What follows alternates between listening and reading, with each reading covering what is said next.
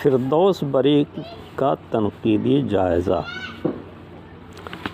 اردو ادب کو ناول نگاری سے نذیر احمد نے روشناس کرایا، لیکن شرر پہلے ناول نگار ہیں جنہوں نے شعوری طور پر ناول کو سمجھنے اور برتنے کی کوشش کی۔ ناول کا فن مغربی ادبیات سے اردو میں آیا۔ شرر نے ناول کے مغربی معیار کو پیش نظر رکھا اور مشرقی مزاج و ماحول کے مطابق اپنی کہانیوں کو فنی سانچوں میں ڈھالا۔ یہی وجہ ہے کہ ان کے ناولوں میں فنی پختگی پائی جاتی ہے اور یہ ناول فن کے معیار پر پورے اترتے ہیں۔ بقول سہیل بخاری، شرر اردو ادب کی تاریخ میں اپنا مقام رکھتے ہیں۔ وہ ایک طرح سے اردو ناول کے موجد ہیں جنہوں نے انگریزی ناولوں کی تقلید میں ناول نگاری شروع کی۔ شرر کی اسلامیات پر گہری نظر تھی۔ وہ ملت اسلامیہ کے حالات سے مطمئن نہیں تھے۔ وہ مسلمانوں کی زبوں حالی اور بدحالی دیکھ کر بہت زیادہ متاثر تھے۔ انہوں نے فیصلہ کیا کہ مسلمانوں کو ان کے اسلاف کے کارنامے دکھلا کر انہیں خواب غفلت سے بیدار کریں۔ عظیم اسلامی شخصیتوں کی سرفروشی کی داستان سنا کر مسلمانوں کے دلوں میں جوش و ولولہ پیدا کریں۔ اس مقصد کے لیے انہوں نے تاریخ اسلام کے روشن ماضی کو اپنے ناولوں کا موضوع بنایا اور تاریخی ناول نگاری میں بلند مقام حاصل کیا۔ تاریخی واقعات میں دلکشی و جاذبیت اور دلچسپی پیدا کرنے کی غرض سے اس میں عشق و محبت کا عنصر شامل کیا، جس سے ان کے ناول عوام میں توقع سے زیادہ پسند کیے گئے۔ اپنے ناولوں کی پسندیدگی کا احساس شرر کو اچھی طرح تھا، چنانچہ وہ لکھتے ہیں، غالباً اردو میں اپنی طرز کا یہ پہلا ناول ہے۔ ہمارے مسلمان دوستوں نے اس ناول کو حد سے زیادہ پسند کیا۔ اس ناول نے قوم اسلام کے وہ کارنامے دکھائے جو بجھے ہوئے جوشوں اور پژمردہ حوصلوں کو عصر نو زندہ کر سکتے ہیں۔ شرر نے بے شمار تاریخی ناول لکھے۔ یہ تمام ہی ناول ان کے مخصوص نقطۂ نگاہ کے حامل ہیں۔ ظاہر ہے تمام ناولوں میں فنی تقاضوں کو پورا کرنا ناممکن نہیں تو مشکل ضرور ہے، پھر بھی ان کے 5-6 ناول ایسے ضرور ہیں جو فن کے کڑے سے کڑے معیار پر بھی کھرے اتریں گے۔ ان ناولوں میں فردوس بری ان کا نمائندہ ناول ہے جو اپنے پلاٹ، کردار نگاری، مرقع کشی اور مکالمہ نگاری کے اعتبار سے شرر کا شاہکار ناول قرار دیا جا سکتا ہے۔ فردوس بری کے قصہ کا موضوع فرقہ باطنیہ کی سازشوں کا طوفان بلا خیز ہے جو ملت اسلامیہ کے لیے ایک عظیم فتنہ کی شکل میں سامنے آیا اور اپنے نقطۂ عروج کو پہنچ کر اسی طرح ختم ہو گیا جیسے تمام فتنے ختم ہو جایا کرتے ہیں۔ اس ناول میں اس جنت ارضی کا بیان ہے جسے فرقہ باطنیہ کے سربراہ نے پہاڑوں کی اوٹ میں اسی پوشیدہ مقام پر بنا رکھا تھا۔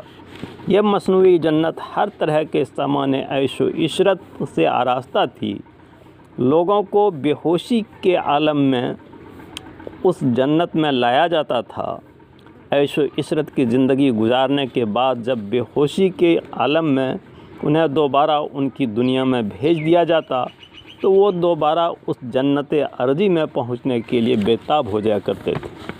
دوبارہ جنت میں جانے کا لالچ دے کر ان سے اپنے دشمنوں کو قتل کرایا جاتا تھا۔ اس ناول کے اہم کردار حسین، جمرود، شیخ وجودی اور بلغان خاتون ہیں۔ حسین جمرود کے عشق میں گرفتار ہے۔ جمرود کی موت کا یقین دلا کر حسین کو جنت ارضی میں پہنچایا جاتا ہے، جہاں اس کی ملاقات جمرود سے کرائی جاتی ہے، پھر اسے بے ہوشی کی حالت میں دنیا میں بھیج دیا جاتا ہے۔ جمرود سے دوبارہ ملاقات کے لالچ میں وہ اپنے حقیقی چچا امام نجم الدین نیشا پوری اور نصر بن احمد کو قتل کرنے پر آمادہ ہو جاتا ہے، لیکن جلد ہی اسے اپنی غلطی کا احساس ہو جاتا ہے اور وہ بلغان خان کی فوج کے ساتھ مصنوعی جنت میں داخل ہو جاتا ہے اور سخت معرکہ آرائی کے بعد مصنوعی جنت اور قلعہ التمونیہ کو برباد کر دیا جاتا ہے۔ اس ناول میں شرر کی کردار نگاری اپنے شباب پر ہے۔ ان کے تمام ہی اہم کردار ارتقائی مدارج سے گزرتے ہوئے ناول کے قصے کو کامیابی کے ساتھ آگے بڑھانے میں مدد دیتے ہیں۔ خصوصیت کے ساتھ حسین اور زمرد جس طرح مختلف مراحل پر اپنی فطری صلاحیتوں کو بروئے کار لاتے ہوئے اپنے کردار ادا کرتے ہیں، اس سے واضح طور پر اندازہ ہوتا ہے کہ یہ کردار مثالی نہیں بلکہ جیتے جاگتے کردار ہیں، جن میں مختلف حالات کے مطابق تبدیلیاں رونما ہوتی رہتی ہیں۔ زمرد صرف پیکر حسن و جمال ہی نہیں بلکہ اس میں غضب کی ذہانت اور دلیری بھی ہے۔ اس عالم میں اس میں عام عورت کی کمزوریاں بھی ہیں، مگر وہ دھن کی پکی بھی نظر آتی ہیں اور وقت پڑنے پر ہر طرح کی قربانی دینے پر تیار نظر آتی ہیں۔ بلغان خاتون اپنی مردانہ صفات اور شجاعت و بہادری کی وجہ ہمیں کافی متاثر کرتی ہے۔ وہ صرف 500 سواروں کے ساتھ جنت ارضی کو برباد کرنے میں کامیاب ہو جاتی ہے۔ شیخ علی وجودی ایک ویلن کی صورت میں ہمارے سامنے آتا ہے اور اپنی ہوشیاری اور عیاری سے ہر ایک کو مرعوب کر دیتا ہے۔ شروع میں تو کہانی کا ہیرو بھی اس کے سامنے ایک بونا نظر آتا ہے۔ شرر کے تمام کردار عربی اور عجمی ہیں، مگر وہ لکھنؤ کی زوال آمادہ تہذیب میں سانس لیتے ہوئے دکھائی دیتے ہیں۔ ظاہر ہے یہ ایک بڑی تاریخی اور تہذیبی خامی ہے، لیکن شرر کی بہترین کردار نگاری اور کامیاب منظر نگاری و مرقع کشی کی وجہ سے یہ خامی زیادہ محسوس نہیں ہوتی۔ اس ناول کی مجموعی فنی خوبیاں اسے بڑی حد تک مکمل ناول بنا دیتی ہیں۔ کسی نقاد نے اس ناول کی فنی خوبیوں کو اجاگر کرتے ہوئے ٹھیک ہی لکھا ہے کہ فردوس بری ایک مکمل ناول ہے جس کو شرر کا شاہکار ناول کہا جا سکتا ہے۔ یہ بہت مختصر ہے لیکن اس کا پلاٹ بہت منظم ہے، واقعات کی ترتیب دلکش ہے، کردار ارتقائی منزلیں طے کرتے ہوئے دکھائی دیتے ہیں، منظر نگاری کے بہترین مرقع بیان کیے گئے ہیں۔ شرر نے مغربی فن کو مشرقی مزاج اور اس کی پسند کے سانچوں میں ڈھال کر پیش کیا ہے۔ اس طرح اردو ناول نگاری میں ایک نئی روشنی کا آغاز کیا۔